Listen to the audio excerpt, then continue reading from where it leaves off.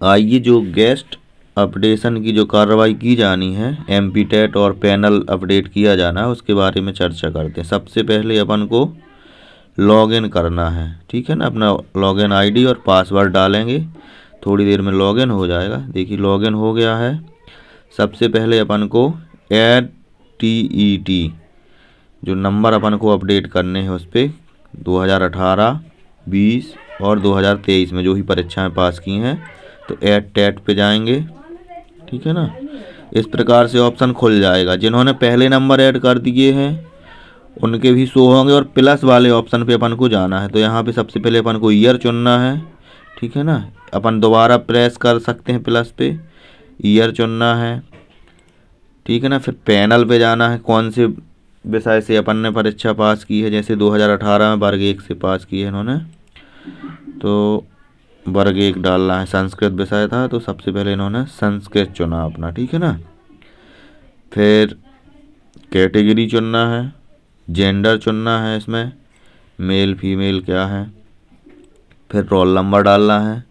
Roll number के बाद अपन को इसमें मार्क डालना है बगल में, ठीक है ना, कितने नंबर आए थे आपके।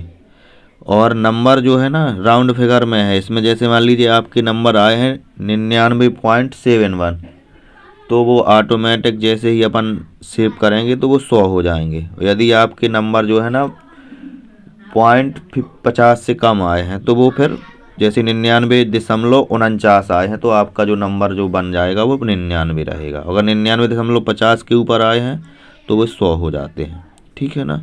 इस प्रकार से जितने भी ईयर अपन ने इन्होंने 4 परीक्षाएं पास की हैं यहाँ से अब काट भी सकते हैं, है ना। जैसे कोई नंबर अपन ने गलत एक्स्ट्रा चढ़ गया हो तो यहाँ से डिलीट क्रॉस का ऑप्शन है प्लस की बगल में, तो क्रॉस करेंगे तो वो हट जाएगा, ठीक है ना। इन्होंने 4 परीक्षाएं पास की हैं, चारों के इन्होंने नंबर ऐड कर दिए हैं और अपडेट डिटेल करेंगे तो वो ऑटोमेटिक अपडेट हो जाएंगे। जैसे अभी उनका एक परीक्षा का आ रहा था, अब जो अपडेट डिटेल कर रहे हैं तो ऊपर जो है ना फिल टेट एग्ज़ाम डिटेल में चारों परीक्षाओं के नंबर आने लगेंगे। दिखा रहे हैं, देखिए कैसे आते हैं। अपडेट डिटेल पे जाएंगे अपन, है ना। तो नंबर जो है ना और रोल नंबर बड़ी सावधानी से ऐड करना है क्योंकि इसमें फिर सुधार का ऑप्शन नहीं है, ठीक है ना। अब देखो अपडेट डिटेल किया, थोड़ी देर में अपडेट हो रहा है। फिर अपडेट हो गया तो अपन को फिर से लॉगिन करना है चेक करने के लिए कि अपडेट हुए हैं कि नहीं। अपन दोबारा से लॉगिन करते हैं। अब देखते हैं ऐड टेट डिटेल में, देखिए जो एक आ रहा था ना 1 ईयर का, अब इनके चारों ईयर के आने लगे इस पर, देख लीजिए, है ना। अगर मान लीजिए फिर भी कोई ईयर रह गया है तो फिर से अपन प्लस वाले ऑप्शन पे जाएंगे नीचे और फिर से ऐड कर सकते हैं। अब आ जाए अपन लॉगिन इसको, है ना, फिर से लॉगिन करें। अब अपन को अनुभव में जो पैनल अपन को अध्ययन करना है ना, पैनल पे जाते हैं अपन। अब आ जाते हैं सीधे अनुभव प्रमाण पत्र, जो है ना अनुभव प्रमाण पत्र में पैनल का दावा अपन को करना है कि अपन ने किस पैनल में पढ़ाया था। जो तो अपन को सबसे पहले जाना है राइट कोने पे और वहाँ एक्सपीरियंस सर्टिफिकेट है, तो एक्सपीरियंस सर्टिफिकेट में जाएंगे। अब यहाँ पे मिल जाएगा अनुभव पैनल के लिए एक्सपीरियंस सर्टिफिकेट। इसके बाद देखिए एक कैप्चा डालना है अपन को, एक्सपीरियंस सर्टिफिकेट कैप्चा डालने के बाद व्यू पे जाना है। व्यू पे ये पैनल खुल जाते हैं। इस पे पैनल पे अपन को सिलेक्ट करना है कौन से पैनल में पढ़ाया है, कौन से स्कूल में। तो यहाँ पे संकुल वाइज है जी, जो संकुल वाइज कौन से संकुल में पढ़ाया है वो संकुल वाइज जाएंगे डीडीओ में वेरीफाई होने के लिए। मान लीजिए इन्होंने 9 सत्र में पढ़ाया है ना, तो 9 का अपन को डालना है कौन सा पैनल पढ़ाया है, ठीक है ना, सभी का। फिर टिक करके अपन को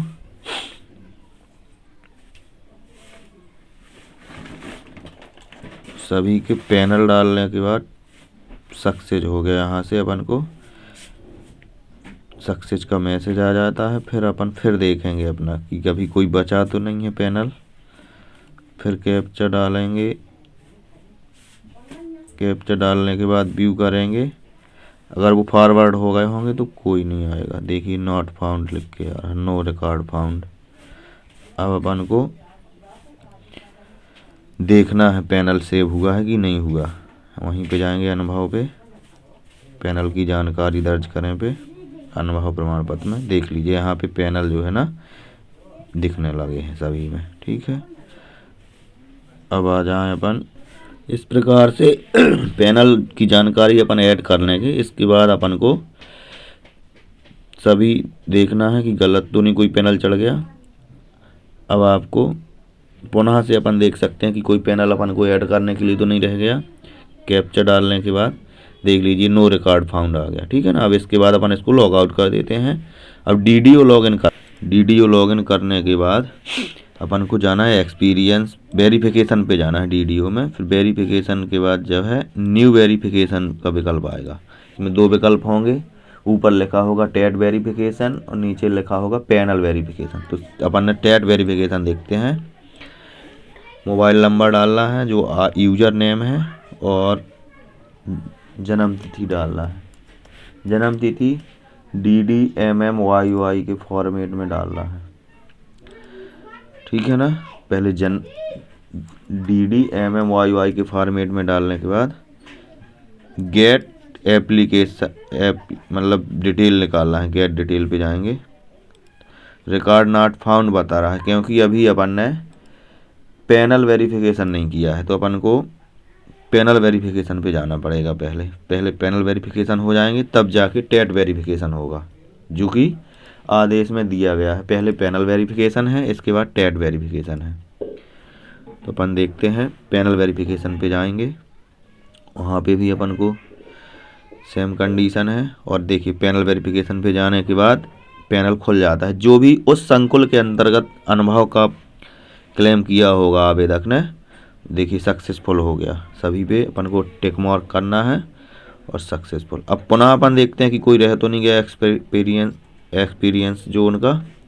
तो उस पर जाएंगे, मोबाइल नंबर डालना है, कैप्चा डालना है सबसे पहले। ठीक है, और कैप्चा डालने के बाद व्यू डिटेल है, यहाँ लिख के आ रहा है कि नो रिकॉर्ड। ठीक है ना, इसका मतलब पैनल वेरिफिकेशन हो चुका है। अब अपन देखते हैं फिर से, अब MP टेट के जो वेरिफिकेशन है वो हो जाएगा आसानी से।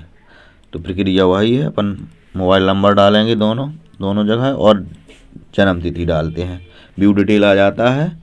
और जो भी नंबर अपन को मिलान करना है कि कौन से ईयर में कौन सा एग्ज़ाम पास किया है वो सही डाला होगा। तो जो प्रिंसिपल सर होंगे DDO से वो वेरीफाई हो जाएगा। इस प्रकार से आपकी वेरिफिकेशन की प्रक्रिया हो जाएगी।